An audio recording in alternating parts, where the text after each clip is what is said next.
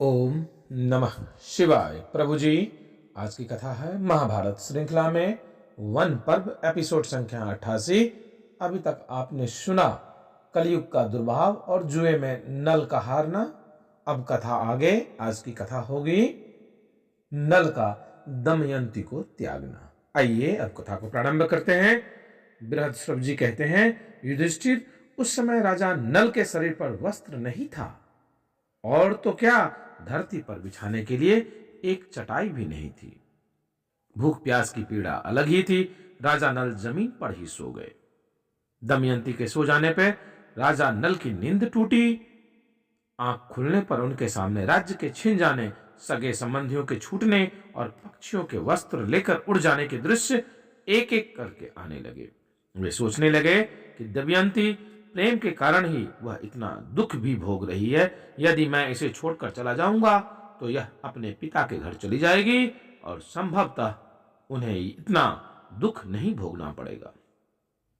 संभव है कि इसे सुख भी मिल जाए। इस प्रकार त्यागने का निश्चय करके और सतीत्व की ओर से निश्चिंत होकर राजा नल ने यह विचार किया कि मैं नंगा हूं और दमयंती के शरीर पर भी केवल एक ही वस्त्र है, फिर भी इसके वस्त्रों में से आधा फाड़ लेना ही श्रेष्ठकर है। दमयंती का आधा वस्त्र फाड़कर अपना शरीर ढक लिया। दमयंती नींद में थी। राजा नल उसे छोड़कर निकल पड़े। शरीर में कलयुग का प्रवेश होने के कारण बुद्धि नष्ट हो गई थी, इसीलिए अंततः वे अपनी प्राण प्रिया पत्नी को वन में अकेली छोड़कर वहां से निकल गए।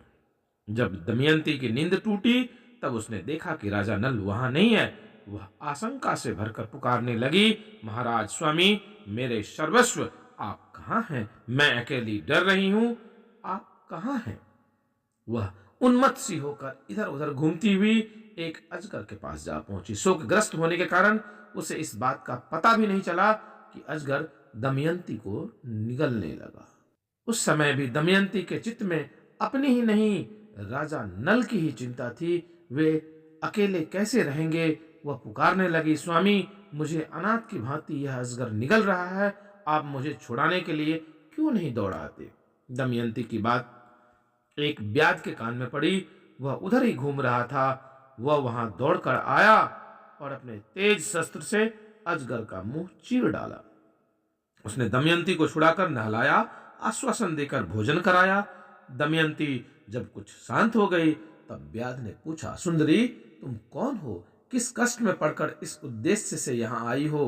दमयंती ने ब्याध से अपनी कष्ट कहानी कही। दमयंती की सुंदरता, बोलचाल और मनोहरता देखकर ब्याध काम मोहित हो गया। दमयंती ने ब्याध को श्राप दे दिया। दमयंती के मुंह से ऐसी बात निकलते ही ब्याध के प्राण पखेरु उड़ गए।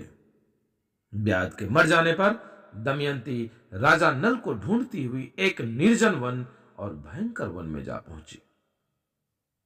दमयंती ने देखा कि सामने ही एक बड़ा सुंदर तपोवन है। उस आश्रम में वशिष्ठ, भृगु और अत्रि के समान मित भोजी, संयमी, पवित्र, जितेंद्रिय और तपस्वी ऋषि निवास कर रहे हैं। तपस्वियों ने कहा, कल्याणी, हम अपनी तप शुद्धि दृष्टि से देख रहे हैं कि तुम्हें आगे बहुत सुख मिलेगा और थोड़े ही दिनों में राजा नल का दर्शन होगा।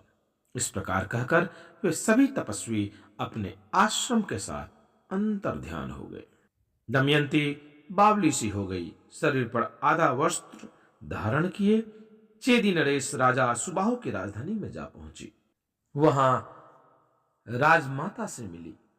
तब राजमाता ने अपनी बेटी सुनंदा को बुलाया और कहा, बेटी, देखो, इस दासी को देवी मत समझना।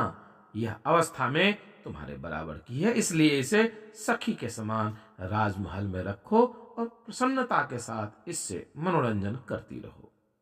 सुनंदा प्रसन्नता के साथ दमयंती को अपने महल में ले गई। दमयंती अपने इच्छानुसार नियमों का पालन करती हुई महल में काम करते हुए रहने लगी। प्रभु जी, आज की कथा को यहीं विश्राम देते हैं। आगे की कथा पुनः आगे। आप शिवायाता दर्शन को यूं ही लाइक, शेयर, सब्सक्राइब अवश्य कीजिएगा। आपसे शीघ्र मिलते हैं अगली वीडियो में। तब तक के लिए ओम नमः शिवाय।